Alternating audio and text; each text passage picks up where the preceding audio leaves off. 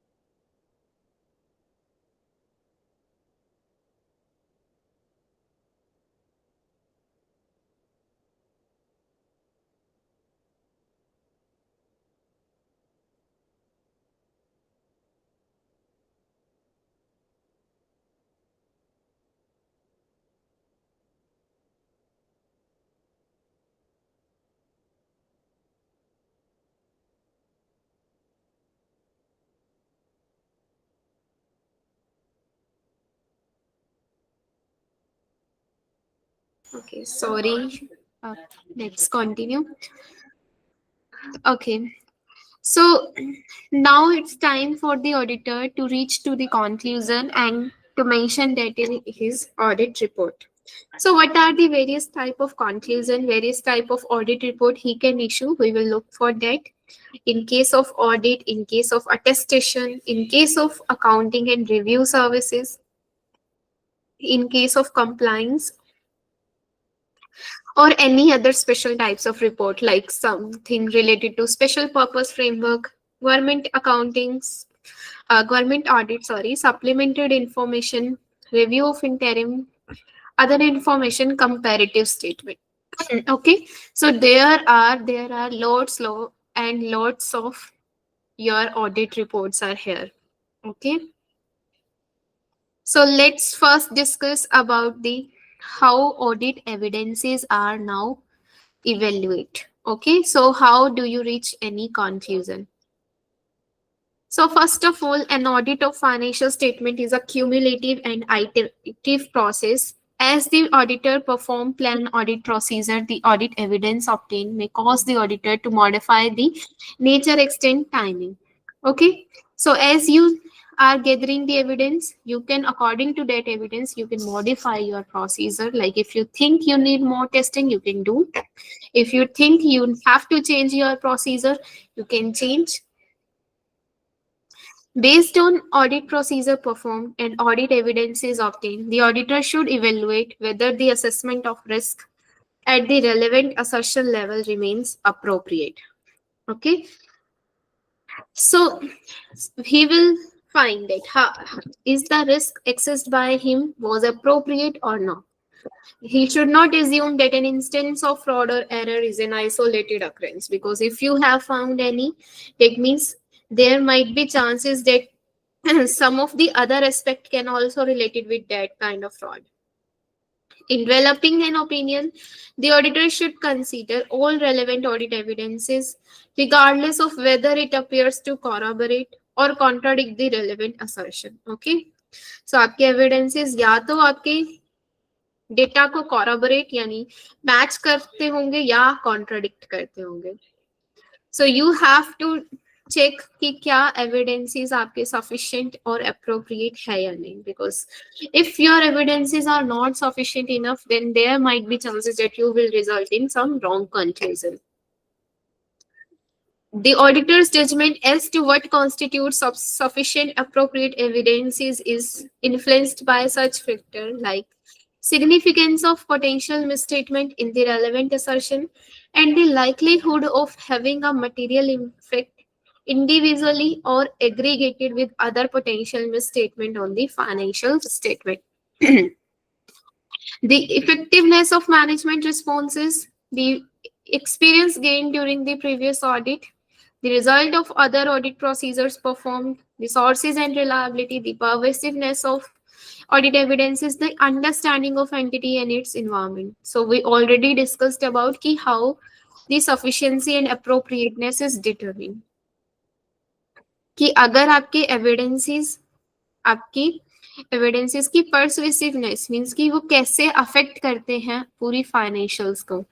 आपके एविडेंसेस कहाँ से आए हैं, आपने इंटरनल सोर्सेज से गैदर किए हैं या एक्सटर्नल सोर्सेज से गैदर किए हैं. Okay, so you have to determine as an auditor कि क्या आपके एविडेंसेस सफिशिएंट रहे हैं या नहीं रहे. बिकॉज अभी भी आपको लग रहा है कि your evidences are not sufficient because you are not able to give any conclusion, then in that case you have to gather more evidences and have to done some additional testing. Okay, Yes. so if you are unable to obtain sufficient evidences, अगर आप additional testing या कुछ भी करने के बाद still आपके evidences आपको proper नहीं मिल रहे, तो in that case there is a scope limitation. So उस केस में आप अपना ओपिनियन क्वालिफाइड या डिस्क्लेमर रख सकते हो. Okay. Is it clear? ये आगे हाँ. भी आएगा कि कब आपका क्वालिफाइड, कब आपका एडवर्स और कब डिस्क्लेमर देते हैं हम. ठीक है.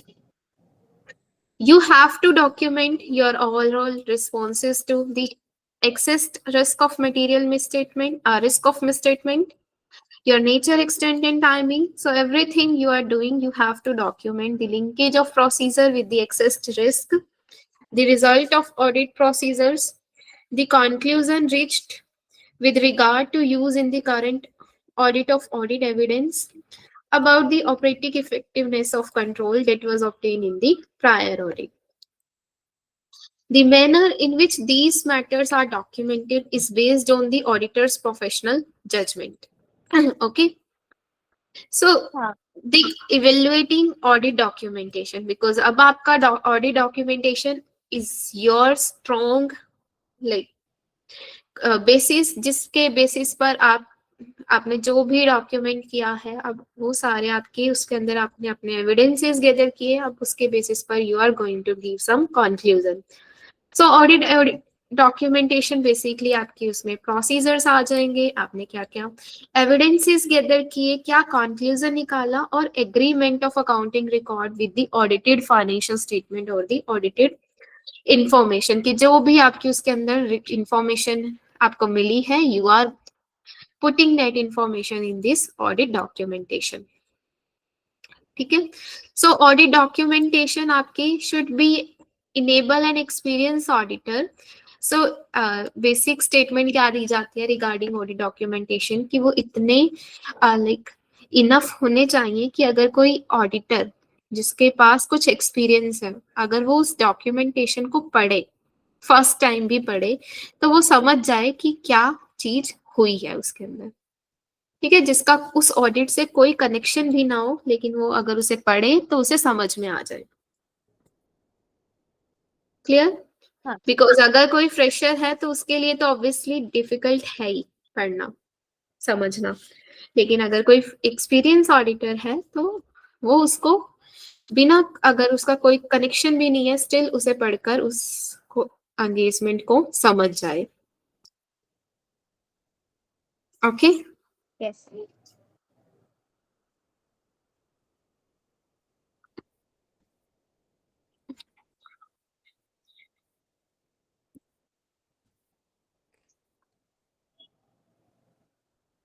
audit documentation known as the working paper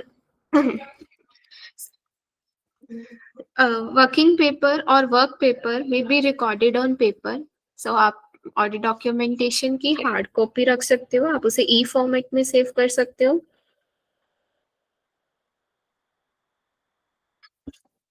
हाँ.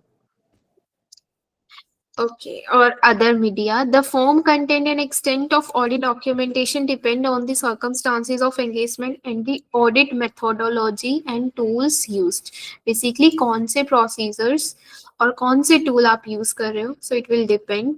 The working paper are owned by CPA firm that perform the engagement. So working paper is the property of a CPA. Okay, so it is not in client property; it's your property. It's your CPA firm property. So auditor should For document how the many years should we maintain this working papers? क्या कह रहे हो आप? हम कितने सालों तक ये वर्किंग पेपर्स को मेंटेन करके हम हमारे पास रखेंगे? ओके, ये 5 to 7 years तक मेंटेन करने होते हैं. Okay, non-issuer 5 years and for issuer 7 years. Okay. Yes.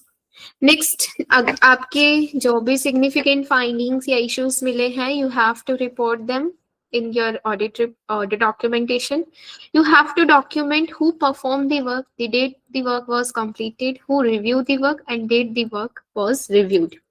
ठीक है, आपने कभी ऑडिट डॉक्यूमेंटेशन का सैंपल देखा है?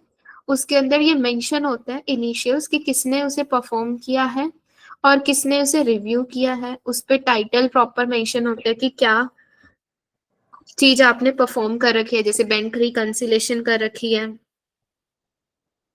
ओके. हाँ.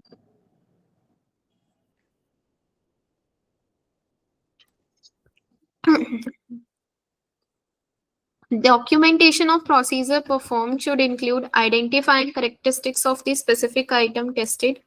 For example, for the test of details, the auditor may identify the document selected for testing by the date and unique purchase order number.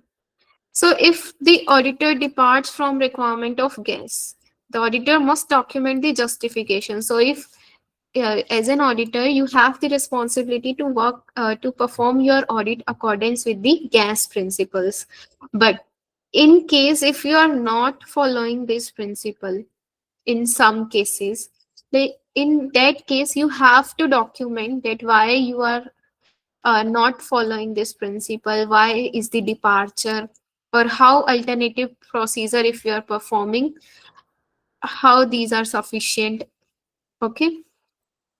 Completion of the audit file under auditing standard generally accepted in the United States is required within 60 days following the report release date. Completion of audit file under the PCAOB standard is required within 45 days. क्या है कि जब आपने अपनी report issue कर दी, उसके 60 days के अंदर अंदर आपको अपने ऑडिट डॉक्यूमेंटेशन कंप्लीट करने होते हैं, कंपाइल करने होते हैं. और 45 डेज आपकी इशूअर्स के लिए है डेडलाइन कि 45 डेज के अंदर अंदर आप अपने पेपर्स कंप्लीट कर लो. एक डाउट है. तो Yes. Report release date and audit report date, ये दोनों अलग अलग है या एक ही है? नहीं, एक ही है. आपकी रिपोर्ट रिलीज डेट की जब आपकी रिपोर्ट रिलीज होगी, इशू होगी. तो ठीक है. सेकेंड डेट कौन सी होती है, जब ऑडिट कंप्लीट डेट या ऐसा कुछ डेट होता है? अच्छा, वो आपकी मैनेजमेंट रिप्रेजेंटेशन लेटर की होती है, वो लास्ट डेट रखी जाती है यूजुअली कि जब आपका फील्ड वर्क कंप्लीट हो चुका है. ओके. नेक्स्ट है evaluating whether financial statement are free from material misstatement. So at or near the completion of fieldwork, the auditor should evaluate whether the accumulated result and other observation affect the assessment of RMM due to fraud made earlier in the report. This evaluation is primarily in qualitative matter on the basis of auditor's judgment. So when audit test result identifying misstatement, the auditor should consider such misstatement may be indicative of fraud. So if you think that this is a fraud, then either as determine the effect could be material or has been unable to evaluate whether the effect is material. So when you are finding the misstatement, you first have to observe their qualitative aspect. क्योंकि एक misstatement के पीछे भी कई misstatement छुपी हो सकती है. ठीक है. सेकेंड थिंग, अगर वो फ्रॉड की वजह से है misstatement. Okay, so if the misstatement is due to some fraud, then you have to consider that misstatement has a material effect or you are unable to determine their effect. Then you have to obtain the additional evidences that whether the material fraud has likely to have occurred or if the effect on the financial statement and audit report thereon. Because अगर आपकी misstatement fraud की वजह से है, तो या तो अगर फ्रॉड इन्वॉल्व है तो उसका मटेरियल इफेक्ट पड़ रहा है आपकी फाइनेंशियल्स पर, तो यू हैव टू लुक कि कितने चांसेस हैं उस फ्रॉड के होने के। या अगर आपको उसका इफेक्ट नहीं पता, so consider the implication of for other aspect of audit. आप मैटर डिस्कस कर सकते हो, फर्दर इन्वेस्टिगेशन कर सकते हो, you can ask you can discuss and do some further investigation with appropriate level of management, with senior management, TCWG. If appropriate, suggest the client consult with the legal counsel. So they will check कि कितना serious matter हो सकता है या कितना effect पड़ सकता है उसका. You should evaluate whether the financial statement are free from material misstatement. In making this evaluation, the auditor should consider both the evaluation of uncorrected misstatement and qualitative consideration. Okay. So when concluding whether the effect of misstatement individually or in aggregate is material, the auditor should consider the nature and amount of misstatement in relation to the nature and amount of item in the financial statement under audit. ठीक है. So when you are concluding about कि आपकी misstatement का क्या effect होगा, so you have to consider their nature as well as the amount. Okay, because आपको बताया था कि कुछ मिसस्टेटमेंट हो सकती है आपकी क्वांटिटेटिवली सिग्निफिकेंट ना हो, लेकिन क्वालिटेटिव इफेक्ट उनका ज्यादा पड़ सकता है. Is it clear? Yes. If the auditor believed that financial statement as a whole are materially misstated, the auditor should request management to make the necessary correction. ठीक है, आप you will first ask the management to make the correction, और अगर management आपकी correction करने से मना कर दे तो यू हैव टू लुक कि अनकरेक्टेड मिसस्टेटमेंट का क्या इम्पैक्ट पड़ सकता है. Auditor can reduce the audit risk by modifying the nature, extent, and extent of planned procedure in performing the audit. If the auditor believes that such risk is unacceptably high, that the auditor should perform additional audit procedure to be satisfied that the entity has adjusted financial statement to reduce the risk of material misstatement. Okay, so as I told you that you always have to keep your audit risk low. So audit risk low करने के लिए अगर आपका RMM high दिख रहा है तो you have to keep your detection risk low, ताकि आपका audit risk acceptable level तक आ जाए. Is it clear? चाहे उसके लिए अगर आपको अपनी ऑडिट प्रोसीजर चेंज करने पड़ रहे हैं तो you have to change your audit procedures accordingly, कि ताकि आप कहीं भी गलत ओपिनियन ना दे दो. देन अच्छा, अब हम ओपिनियंस की बात करें तो आपके बेसिकली ओपिनियन कौन कौन से हैं? क्वालिफाइड, अनक्वालिफाइड, हाँ, अनक्वालिफाइड, एडवर्स, डिस्क्लेमर. ठीक है, चलो सबसे पहले अनक्वालिफाइड की बात करते हैं. अनक्वालिफाइड ओपिनियन कब देते हो आप? जब बिल्कुल फाइनेंशियल स्टेटमेंट आपकी फेयरली प्रेजेंटेड है इन ऑल मटेरियल रिस्पेक्ट में. ठीक है, जब आपका क्लीन ओपिनियन आपने देना है तो you are giving the unqualified opinion. Clear? हाँ. क्वालिफाइड ओपिनियन आप कब देते हो? क्वालिफाइड ओपिनियन हम 2 केसेस में देते हैं, या तो गैप इशू है या गैस इशू है.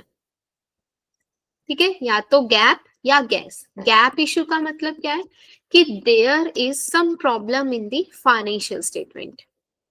आपकी फाइनेंशियल स्टेटमेंट में कोई मिस स्टेटमेंट है, ठीक है, कोई गैप इशू है. वो हो सकता है डिस्क्लोजर रिलेटेड इशू हो सकता है आपका अमाउंट रिलेटेड इशू हो, जो अकॉर्डिंग टू गैप इनकरेक्ट है, लेकिन वो मटेरियल तो है लेकिन उसका पूरी फाइनेंशियल्स पर इफेक्ट नहीं पड़ता. ठीक है, जिसमें सिर्फ 1-2 प्रॉब्लम्स हैं कि उससे पूरी फाइनेंशियल्स आपकी गलत नहीं हो रही. ठीक है. तो हम क्या बोलते हैं? A qualified opinion should be express when sufficient audit evidence conclude that misstatement individually or in aggregate are material. कि मटेरियल तो है लेकिन परवेसिव नहीं है। परवेसिव का मतलब कि पूरी फाइनेंशियल्स को गलत नहीं बना रही वो। अल्टरनेटिवली, अच्छा इतना समझ में आया? हाँ पूरी इतना फाइनेंशियल्स समझा। को वो गलत नहीं बना रही, ये होता है हाँ गैप इशू। ओके। इस केस में आप क्वालिफाइड दे सकते हो या हाँ गैस इशू है। गैस इशू का मतलब किसी किसी पर्टिकुलर अकाउंट ट्रांजैक्शन या के रिगार्डिंग ऑडिटर को सफिशिएंट एविडेंसेस नहीं मिले। ठीक है, किसी चीज के रिगार्डिंग ऑडिटर को सफिशिएंट एविडेंसेस नहीं मिले। अब जैसे एआर के रिगार्डिंग उसे सफिशिएंट एविडेंसेस नहीं मिले, जिसका मटेरियल इम्पैक्ट तो है लेकिन परवेसिव नहीं है, कि वो पूरी फाइनेंशियल्स को गलत नहीं बनाएगा, लेकिन मटेरियल इफेक्ट है उसका, मतलब वो अमाउंट सिग्निफिकेंट था, मटेरियल था, लेकिन उसके रिगार्डिंग उसे एविडेंस नहीं मिले। सो उस केस में ऑडिटर क्वालिफाइड ओपिनियन दे सकता है। ठीक है समझा। तो auditor may unable to obtain sufficient appropriate evidence but conclude the possible effect could be material but not pervasive। ठीक है, पूरी फाइनेंशियल्स पर इफेक्ट नहीं पड़ रहा उसका, लेकिन मटेरियल है वो अमाउंट या समझा। जो भी है, लेकिन उसके रिगार्डिंग आपको एविडेंस नहीं मिले। So there is a gas issue. Clear? हाँ ये इस केस में क्वालिफाइड ओपिनियन दिया जाएगा। अच्छा, अब यहाँ पर गैप इशू था लेकिन परवेसिव नहीं था, मतलब पूरी फाइनेंशियल्स को अफेक्ट नहीं करता था। हाँ लेकिन व्हाट हैपन कि अगर वो पूरी फाइनेंशियल्स को अफेक्ट कर रहा है, पूरी फाइनेंशियल्स को मिसलीडिंग बना सकता है, तो उस केस में अब आपका ओपिनियन क्वालिफाइड से क्या हो जाएगा? एडवर्स। एडवांस। ठीक है, कि जब आपकी मिस स्टेटमेंट है, मिस मटेरियल भी है और परवेसिव भी है, पूरी फाइनेंशियल्स को मिसलीडिंग बना रही है, उस केस में आपका ओपिनियन क्या हो जाएगा? Adverse. Okay. Is it clear? हाँ अच्छा, सेकेंड इशू क्या बताया था? Gas issue. हाँ गैस इशू मतलब कि आपको एविडेंस नहीं मिले किसी चीज के रिगार्डिंग। अच्छा, अब अगर उसका परवेसिव इफेक्ट नहीं है तो क्वालिफाइड दोगे, लेकिन अगर हाँ परवेसिव इफेक्ट है उसका, ठीक है, पूरी फाइनेंशियल्स को फिर वो अफेक्ट करेगी अगर आपको किसी चीज के रिगार्डिंग एविडेंसेस नहीं मिले, और जिसकी वजह से वो पूरी फाइनेंशियल्स को मतलब एक सस्पेक्टेड बना देगी। तो उस केस में आप डिस्क्लेमर देकर चलते हो। ओके। क्लियर? हाँ तो ये थे आपके qualified, unqualified adverse, adverse disclaimer. Disclaimer. ठीक है, एक बार हाँ पढ़ लेते हैं। Qualified opinion is necessary when a matter is material but not sufficiently material to require an adverse और डिस्क्लेमर, कि जब आपका पूरे परवेसिव नहीं है उसका इफेक्ट, तो उस केस में आप क्वालिफाइड देकर चलोगे। The auditor is not required to prepare a basic financial statement and include in report if the company management decline to present the statement. Accordingly, in these cases, you should qualify the report. ठीक है, अगर जिसका effect पड़ रहा है और qualify कर सकते हो आप रिपोर्ट को, मीन्स अपना ओपिनियन मॉडिफाई कर सकते हो। You should evaluate a change in accounting principle by management. The auditor evaluate the material effect and the related disclosure to determine whether such a change is also a change in accounting principle or an adjustment is correct. A material misstatement in previously issued financial statement. So if your newly adopted principle is not according, मान लो आपकी management कोई accounting principle change कर रही है और उस accounting principle में आपका क्या है, कोई नया अकाउंटिंग प्रिंसिपल उसने फॉलो कर दिया कि अब गैप से नॉन गैप मेथड में आ गया। ठीक है, इस केस में जो मेथड है is not in conformity with the applicable financial reporting framework or the management has not provided the reasonable justification, कि अगर प्रिंसिपल चेंज किया है तो उसके रिगार्डिंग कोई रीजनेबल जस्टिफिकेशन नहीं है मैनेजमेंट के पास कि वो स्पेशल फ्रेमवर्क क्यों यूज कर रहे हैं। सो इस केस में since it is a departure from gap or also not there is no reasonable justification also. So उस केस में you can express your opinion as qualified or adverse depending upon the materiality. Means कि क्या वो पूरी financials को affect करेगा या सिर्फ किसी पर्टिकुलर अकाउंट ट्रांजैक्शन को अफेक्ट करेगा. ओके. यस, समझा. नेक्स्ट एडवर्स जब पूरी फाइनेंशियल्स को अफेक्ट करेगा और जब गैप इशू होगा. ध्यान रखना, गैप इशू का क्या मतलब है, आपकी फाइनेंशियल्स में प्रॉब्लम है हाँ. कि आपको एविडेंस सफिशिएंट मिल चुके और उस एविडेंसेस के according there is some departure in the gap जिसका material as well as pervasive effect है. Typically, the test for adverse opinion is whether or not the CPA can provide a correcting entry or a notes to financial statement that would provide a fair representation. So, if the CPA cannot do this, the adverse opinion may be appropriate. Okay. हाँ. Disclaimer आपको बताया जब आपको sufficient evidences नहीं मिल रहे किसी चीज के रिगार्डिंग और उसका पूरी फाइनेंशियल्स पर इफेक्ट पड़ रहा है तो उस केस में आप डिस्क्लेमर देते हो. You should not identify the procedure that were perform because जब आपने सफिशिएंट आपको एविडेंसेस मिले ही नहीं है तो you need not to define कि आपने क्या क्या प्रोसीजर्स परफॉर्म किए हैं. If the auditor has made of it sufficient to reveal material departure, the disclaimer should not be issued because अगर आपने sufficient procedure perform कर लिए हैं तो उस केस में तो आपको evidences मिले होंगे तो उस केस में आपका disclaimer applicable नहीं हो रहेगा. ठीक है. हाँ. डिस्क्लेमर कब देते हैं जब आप अपने प्रोसीजर ही नहीं प्रॉपर फॉलो कर पाए पूरे कर पाए जिसकी वजह से आपको एविडेंसेस ही नहीं मिले. Also a disclaimer is not a substitute for adverse.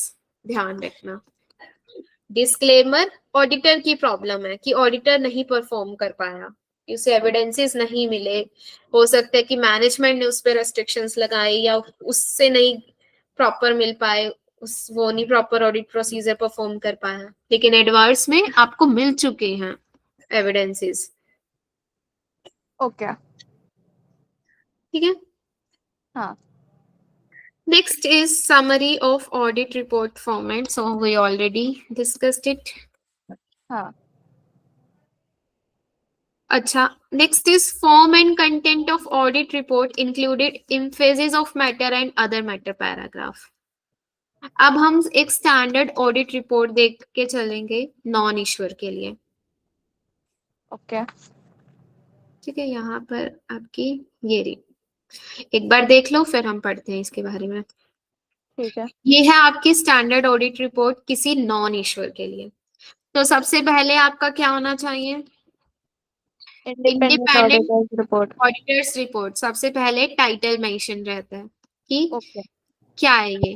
तो यहाँ पर इंडिपेंडेंट ऑडिटर्स रिपोर्ट आप एक टाइटल पुट करते हो. देन आपका ओपिनियन सेक्शन आता है. ओपिनियन सेक्शन के अंदर यू विल मेंशन कि आप किस your basically scope of the audit क्या रहने वाला है और आपका ओपिनियन क्या रहने वाला है. ठीक है. स्कोप का मतलब कि आप बेसिकली किस किस फाइनेंशियल्स की किस किस पीरियड की ऑडिट करने वाले हो. ठीक है. देखो यहाँ पर आप बैलेंस शीट, बाकी स्टेटमेंट, फाइनेंशियल स्टेटमेंट आप मेंशन करके चल रहे हो और पीरियड मेंशन करके चल रहे हो. हाँ. फिर आप अपना ओपिनियन भी इसी पैराग्राफ में इंक्लूड करते हो कि in your opinion the financial statement present Fairlie in all material respect. तो ये कौन सा ओपिनियन होगा आपका, अनमॉडिफाइड. यस, अनमॉडिफाइड या अनक्वालिफाइड ओपिनियन. डन. हाँ. नेक्स्ट आता है आपका basis of for opinion paragraph.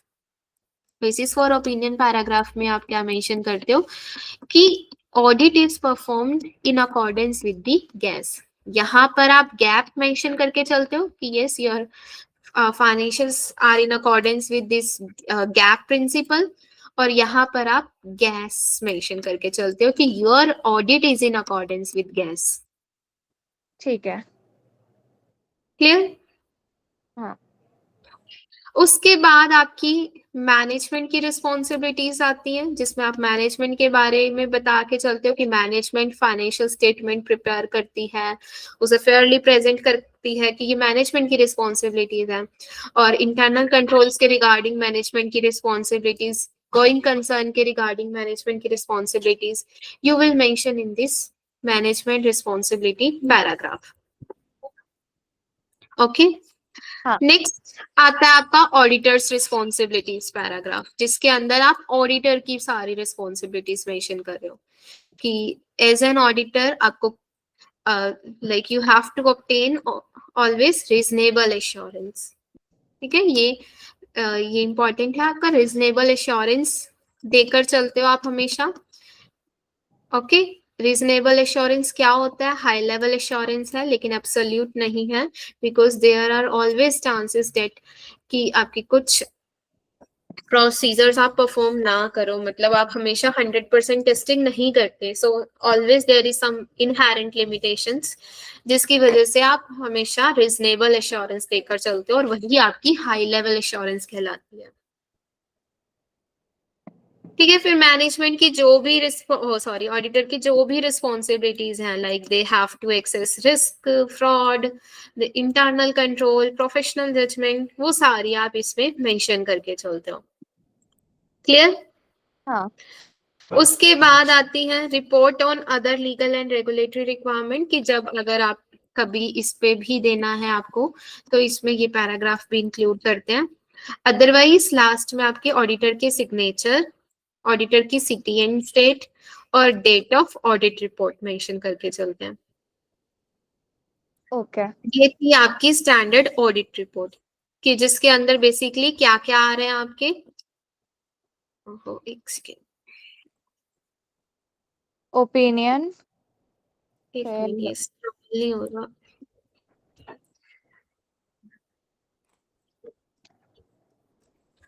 चलो ऐसे करते हैं।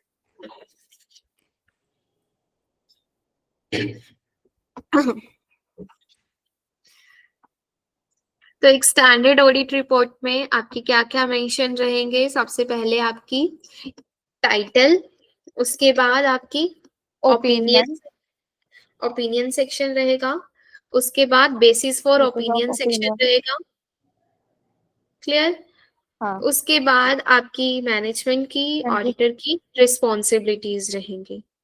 हाँ अच्छा, इसके अलावा आपके पास आता है एक की ऑडिट मैटर्स। की ऑडिट मैटर क्या होते हैं? अगर आपको एज एन ऑडिटर आपको एंगेज किया गया है की ऑडिट मैटर्स के बारे में भी रिपोर्ट करने को, तो आप ये पैराग्राफ इंक्लूड करते हो। की ऑडिट मैटर्स क्या होते हैं आपके? देखो, कुछ ऐसे मैटर्स होते हैं जो आप टीसीडब्ल्यूजी से डिस्कस करके चलते हो। ओके ठीक है, टीसीडब्ल्यूजी से हम डिस्कस करके चलते हैं कुछ significant matters like related to some related party transaction, कोई सिग्निफिकेंट ट्रांजैक्शंस हैं, तो ये मैटर जो आपके सिग्निफिकेंट हैं और you are communicating it to TCWG, तो वो मैटर्स आप किस में इंक्लूड करते हो? की ऑडिट मैटर पैराग्राफ में। ओके लेकिन ये हम इंक्लूड तभी करेंगे जब हमें एंगेज किया गया है इस पे रिपोर्ट करने को। अगर हमें नहीं बोला कि ऑडिट मैटर पैराग्राफ इंक्लूड करने को, तो हम नहीं करेंगे, लेकिन अगर मेंशन किया गया है तो हम करेंगे ये इंक्लूड। क्लियर? ओके तो हाँ ये होती है आपकी standard audit report for non issuer. So इसमें बेसिकली यही कुछ चीजें आती हैं। Is it clear? यस अच्छा, उसके बाद क्या है? ये थी आपकी अनमॉडिफाइड रिपोर्ट। अब इसके साथ साथ, ये तो आपके ओपिनियन ही यहाँ पर चेंज हो गया, लेकिन इसके साथ आप क्या करते हो? इसी स्टैंडर्ड अनमॉडिफाइड रिपोर्ट में आप इम्फेसिस ऑफ मैटर पैराग्राफ और अदर मैटर पैराग्राफ भी इंक्लूड कर देते हो समटाइम्स। ओके एक मिनट, यहाँ देख रही हूँ, ये रहा। अच्छा, इसी स्टैंडर्ड ऑडिट रिपोर्ट में आप एम्फेसिस ऑफ मैटर पैराग्राफ और अदर मैटर पैराग्राफ भी इंक्लूड कर देते हो समटाइम्स। क्यों? क्योंकि कुछ ऐसे मैटर्स होते हैं जिनके जिनकी प्रॉपर जस्टिफिकेशन दे रखी है मैनेजमेंट ने, ठीक है, जो प्रॉपरली आपके अक्रूड हैं, प्रॉपरली डिस्क्लोज्ड है फाइनेंशियल्स में, लेकिन स्टिल वो इतने इम्पोर्टेंट हैं अकॉर्डिंग टू यू कि वो यूजर्स को पता होने चाहिए। सो इसीलिए आप उन्हें स्पेशली इन पैराग्राफ में मेंशन करके चल रहे हो। ठीक है। ध्यान रखना, जिस मैटर के लिए प्रॉपर डिस्क्लोजर, प्रॉपर प्रेजेंटेशन दे रखी है, इसका मतलब आप अपना ओपिनियन चेंज नहीं कर रहे, बिकॉज उसकी ट्रीटमेंट प्रॉपर कर रखी है मैनेजमेंट ने। लेकिन स्टिल आप चाहते हो कि यूजर्स को इसके बारे में पता होना चाहिए, क्योंकि ये इंपॉर्टेंट चीजें हैं, इसीलिए आप एम्फेसिस ऑफ मैटर पैराग्राफ या अदर मैटर पैराग्राफ इंक्लूड करते हो। ओके? ओके। हाँ। अच्छा, किस किस इशू के लिए हम करते हैं emphasis of matter paragraph? So basically आपकी कुछ इश्यूज आते हैं, like there is some uncertainty related to your future outcome of an unusual litigation, ठीक है, कोई अनसर्टेनिटी है, कोई सिग्निफिकेंट रिलेटेड पार्टी ट्रांजेक्शन है, आपकी कोई जस्टिफाइड चेंज इन प्रिंसिपल है कि मैनेजमेंट ने कोई अकाउंटिंग प्रिंसिपल चेंज किया है और उसकी प्रॉपर जस्टिफिकेशन भी दी है, तो भी हम in phases of matter paragraph में इंक्लूड करते हैं। या आपकी गोइंग कंसर्न इशू है, आपको बताया था ना, गोइंग कंसर्न इशू में अगर मैनेजमेंट ने प्रॉपर डिस्क्लोजर्स दे रखे हैं, ठीक है, प्रॉपर जस्टिफिकेशन दे रखी है, डिस्क्लोजर्स दे रखे हैं, लेकिन अगर आप उस गोइंग कंसर्न इश्यूज को मेंशन करना चाहते हो तो आप एम्फेसिस ऑफ मैटर पैराग्राफ में मेंशन कर सकते हो। ओके। समझ में आ रही है? हाँ। एक सेकेंड।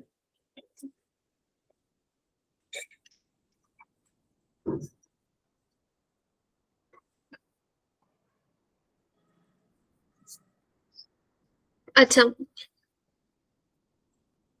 इसके अलावा आप एम्फेसिस ऑफ मैटर पैराग्राफ में क्या इंक्लूड कर सकते हो कि कोई स्पेशल पर्पस फ्रेमवर्क यूज किया है मैनेजमेंट ने, ठीक है, जिसके लिए प्रॉपर जस्टिफिकेशन दे रखी है, जैसे फॉर एग्जांपल गैप या आईएफआरएस के अलावा कोई अदर बेसिस यूज कर रखा है, जैसे कैश बेसिस अकाउंटिंग का यूज कर रखा है या कोई और बेसिस रेगुलेटरी बेसिस यूज कर रखा है,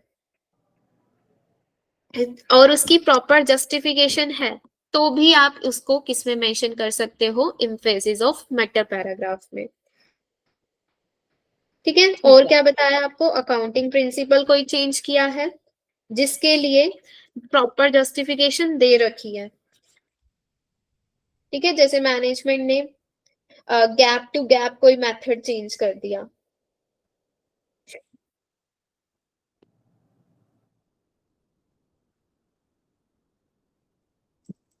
लेकिन ध्यान रखना अगर गैप टू नॉन गैप जा रही है मैनेजमेंट, तो फिर उस केस में वो तो डिपार्चर हो जाएगा और फिर आपको ओपिनियन बदलना पड़ेगा। लेकिन अगर मैनेजमेंट अपना कोई प्रिंसिपल चेंज कर रही है जस्टिफाइड जो हो, उसको इंक्लूड कर सकते हो आप, ठीक है। कोई गोइंग कंसर्न डाउट बता दिया आपको कि अगर गोइंग कंसर्न डाउट आपका है जो एलिवेट तो हो चुका है, लेकिन स्टिल यू वांट कि आपके यूजर्स को पता होना चाहिए, तो you can include in your audit report. Report emphasis of matter paragraph, ठीक है। अनसर्टेनिटी होगी, और इसके अलावा आपका क्या है, चेंजिंग प्रायर ओपिनियन, कि सपोज करो आपने पिछले साल भी ऑडिट करी थी और उस केस में आपने कुछ ओपिनियन दिया था, लेकिन इस साल क्या करना चाहते हो, अगर आपको कोई और सब्सिक्वेंट फैक्ट पता चला जिसकी वजह से आप अपना ओपिनियन चेंज करना चाहते हो पिछले पीरियड के लिए, तो उस केस में आप उसको एम्फेसिस ऑफ मैटर पैराग्राफ में दिखा सकते हो, ठीक है। If you are changing any prior period opinion, तो वो प्रायर पीरियड ओपिनियन आप आपका क्या था और क्यों चेंज कर रहे हो और न्यू ओपिनियन क्या है, you can include in the emphasis of matter paragraph. ठीक है। ठीक है, इसे आप अदर मेटा पैराग्राफ में भी इंक्लूड कर सकते हो, डिपेंड करता है आपका कंडीशन पर। सो अदर मैटर पैराग्राफ भी आपका मतलब सेम ही है, लेकिन अदर मैटर पैराग्राफ में हम वो चीजें इंक्लूड करते हैं जो बेसिकली आपकी मतलब फाइनेंशियल से रिलेटेड नहीं है। जैसे फॉर एग्जांपल कि आप क्या कर रहे हो, आपने प्रायर पीरियड ओपिनियन आपका किसी और ऑडिटर ने मतलब प्रायर पीरियड में ऑडिट की थी, और इस साल आप क्या कर रहे हो, कंपैरेटिव फाइनेंशियल स्टेटमेंट पे ऑडिट देने वाले हो, लेकिन आप प्रायर पीरियड की फाइनेंशियल्स को री इशू नहीं करने वाले उस रिपोर्ट को, तो उस केस में आप मेंशन कर सकते हो अदर मैटर पैराग्राफ में। ठीक है, इसके अलावा अगर आप अपनी रिपोर्ट को रेस्ट्रिक्ट करना चाहते हो, यूज ऑडिट रिपोर्ट का, आप चाहते हो कि ये रिपोर्ट सिर्फ कुछ लिमिटेड पीपल ही यूज करें बिकॉज कुछ स्पेशल कंसिडरेशन चाहिए रिपोर्ट को पढ़ने के लिए, तो आप चाहते हो कि कुछ ही पीपल इस पे रिलाय कर सकते हैं, तो उस केस में आप क्या कर सकते हो, अदर मेटा पैराग्राफ इंक्लूड कर सकते हो। ठीक है, और अगर ऑडिटर को एविडेंसेस नहीं मिल रहे और ऑडिटर विड्रॉ नहीं कर पा रहा किसी ऑडिट एंगेजमेंट से, तो व्हाट इज द रीजन कि ऑडिटर क्यों नहीं विड्रॉ कर रहा है एंगेजमेंट से, वो रीजंस आप इस अदर मैटर पैराग्राफ में शो कर सकते हो। क्लियर, कॉम्प्लाइंस रिलेटेड रिपोर्ट हो गई आपकी। अगर आप एक सेट से ज्यादा फाइनेंशियल्स पे रिपोर्ट करने वाले हो, जैसे एक आपकी गैप प्रिंसिपल पर बेस्ड है, एक आपकी आईएफआरएस पर बेस्ड है, तो ये चीजें आप इसमें मेंशन कर सकते हो अदर मैटर पैराग्राफ में। ठीक है, हाँ। आपको ये समझ आए in phases of matter paragraph और अदर मैटर पैराग्राफ, ये ध्यान रखना, ये आप अनक्वालिफाइड ओपिनियन के केस में ही इंक्लूड करते हो। यस, समझा। ठीक है, बिकॉज अगर जस्टिफिकेशन नहीं है किसी मैटर को लेकर तो फिर आपको अपने ओपिनियन चेंज करने पड़ेंगे। ठीक है, तो उस हाँ। केस में आप कौन से ओपिनियन देके चलोगे, क्वालिफाइड या फिर एडवर्स। तो एडवर्स। यही कंडीशंस में अगर आपकी ये चीजें डिस्क्लोज नहीं है प्रॉपर या प्रेजेंटेड नहीं है, कि मैनेजमेंट ने कोई प्रिंसिपल चेंज कर दिया लेकिन उसका डिस्क्लोजर देना भूल गई या जस्टिफिकेशन नहीं है उसके पास, ठीक है, कोई गोइंग कंसर्न डाउट है जिसके रिगार्डिंग मैनेजमेंट ने डिस्क्लोजर्स नहीं दे रखे, तो फिर अब आपको अपना ओपिनियन चेंज करना पड़ेगा। ओके। ओके, हाँ। ऐसे ही आपके कोई अनसर्टेनिटी है, कोई स्पेशल पर्पस फ्रेमवर्क है जिसकी प्रॉपर जस्टिफिकेशन नहीं है, तो इन केसेस में you will change your opinion. ठीक है, when there is some departure हाँ। फ्रॉम गैप और गैस। तो क्या बताया था आपको, अगर गैप में डिपार्चर है या गैस में, लेकिन वो मटेरियल तो है पर परवेसिव नहीं है, तो आप अपना ओपिनियन क्वालिफाइड रख के चलते हो। हाँ।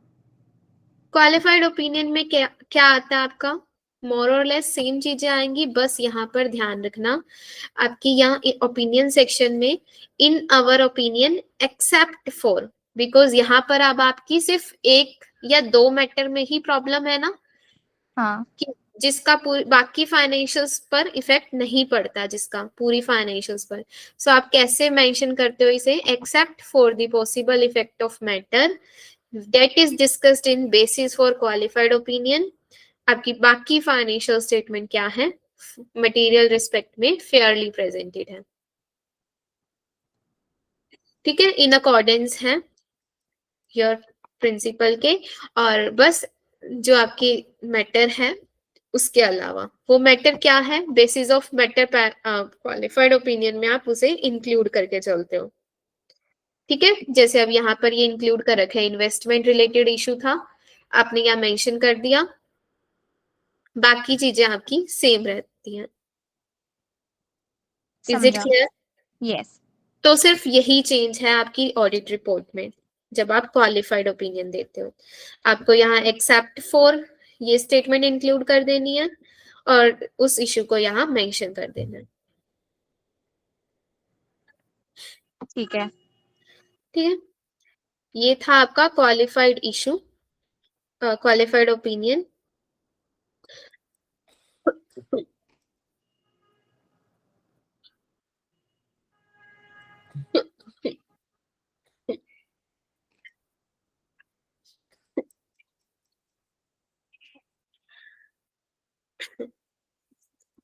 ओके, तो ये आपको 2-3 ऑडिट रिपोर्ट दे रखी है क्वालिफाइड ओपिनियन के बेसिस पर ही, डिफरेंट मैटर से रिलेटेड। जैसे यहाँ पर आपने accounting principle at a variance with an applicable financial reporting framework, कि आपने कोई फ्रेमवर्क तो यूज किया है जो एप्लीकेबल भी है, लेकिन कुछ प्रिंसिपल आपने चेंज किए हैं, तो उसके रिगार्डिंग आपने अपना ओपिनियन चेंज करना पड़ा आपको, तो यहाँ पर आप कैसे मेंशन करोगे। ऐसे ही इनएडिक्वेट डिस्क्लोजर के रिगार्डिंग, डिस्क्लोजर आपके प्रॉपर नहीं है, मैनेजमेंट ने प्रॉपर नहीं दिए, तो आप अपना ओपिनियन चेंज कर रहे हो आपकी ऑडिट रिपोर्ट में, यहाँ पर आप मेंशन कर दोगे कि आपके ये जो मैटर है, और उसको यहाँ डिस्क्राइब कर दोगे। क्लियर? हाँ।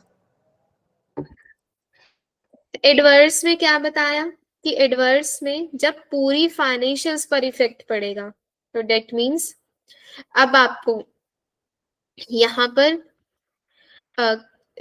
कुछ भी एक्सेप्ट नहीं करना, आपको सीधा बताना है कि आपकी पूरी फाइनेंशियल्स ही क्या है, फेयरली प्रेजेंटेड नहीं है। नहीं है। ठीक है, हाँ। और बेसिस फॉर एडवर्स ओपिनियन में you will describe the matter. अच्छा, और इसके केस में when the auditor express an adverse opinion should disclose in a separate emphasis of matter the substantive reason for adverse opinion, the possible effect of subject matter. So यहाँ पर आप already क्या कर चुके हो, मेंशन कर चुके हो कि बेसिस फॉर ओपिनियन में you have to mention what is the matter, और उस मैटर का क्या इम्पैक्ट पड़ सकता है आपकी फाइनेंशियल्स पर। ठीक है, इसके अलावा की ऑडिट मैटर आपके एडवर्स ओपिनियन रिपोर्ट में मेंशन नहीं होते। ठीक है, ठीक है। हाँ। की ऑडिट मैटर पैराग्राफ आप इसमें इंक्लूड नहीं करते एडवर्स या डिस्क्लेमर के केस में, क्योंकि उस केस में अब क्या है, आपकी पूरी फाइनेंशियल्स में ही इश्यूज हैं, तो आपको कुछ मैटर डिस्कस करने की जरूरत नहीं है की ऑडिट मैटर पैराग्राफ में। ओके। क्लियर? हाँ। अच्छा, डिस्क्लेमर में क्या था कि जब आपकी ऑडिटर को ही सफिशिएंट एविडेंसेस नहीं मिले, सो इस केस में आप पहली तो यहाँ पर चेंज करोगे। अच्छा, ये चीज भी ध्यान रखना, आप ओपिनियन की जगह ये भी चेंज करते जा रहे हो, disclaimer of opinion, adverse opinion, qualified opinion, ये भी ध्यान रखना। हाँ। ठीक है, बेसिस फॉर ओपिनियन की जगह बेसिस फॉर एडवर्स ओपिनियन, तो ये हेडिंग्स भी चेंज होंगी। आप एक बार हम कल इसे दोबारा समराइज कर लेंगे ऑडिट रिपोर्ट को। ठीक है। ठीक है, इसके अलावा डिस्क्लेमर में ध्यान रखना, अब आपने ऑडिट नहीं कर पाए हो आप, तो you have to mention that you are against to perform the audit. Okay, so अब आपकी ऑडिट कंप्लीट नहीं हुई, तो यू विल मेंशन कि we are against to audit, बाकी चीजें सेम। उसके बाद you will express that you do not expressing any opinion, okay, because of significance of matter which is described in your basis for disclaimer of opinion report. ठीक है, you are not able to gather the sufficient evidences. ठीक है। फिर basis for disclaimer में you will mention the issue, you will mention the management responsibility. अच्छा, अब इसमें auditor responsibilities में भी आपकी responsibilities कट जाएंगी आदि, you will ठीक है। जस्ट मेंशन, और यहाँ पर आप मेंशन करोगे, बाकी जगह पर लाइन आती है आपकी you have obtain sufficient evidences, लेकिन यहाँ आप मेंशन करोगे कि you are not able to obtain the sufficient evidences, क्योंकि अब आपको नहीं मिले एविडेंसेस प्रॉपर। ओके। ठीक है, हाँ। बस बाकी आपकी रिस्पॉन्सिबिलिटीज इसमें खत्म हो जाएंगी। यस। ये थी आपकी डिस्क्लेमर फॉर ओपिनियन रिपोर्ट।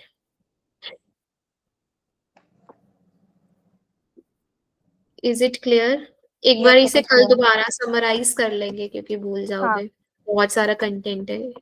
थोड़ा अच्छा। कंफ्यूज हो जाऊंगी, मतलब एक बार हाँ। रिवाइज करना पड़ेगा एडवर्स, डिस्क्लेमर और मॉडिफाइड में। यस।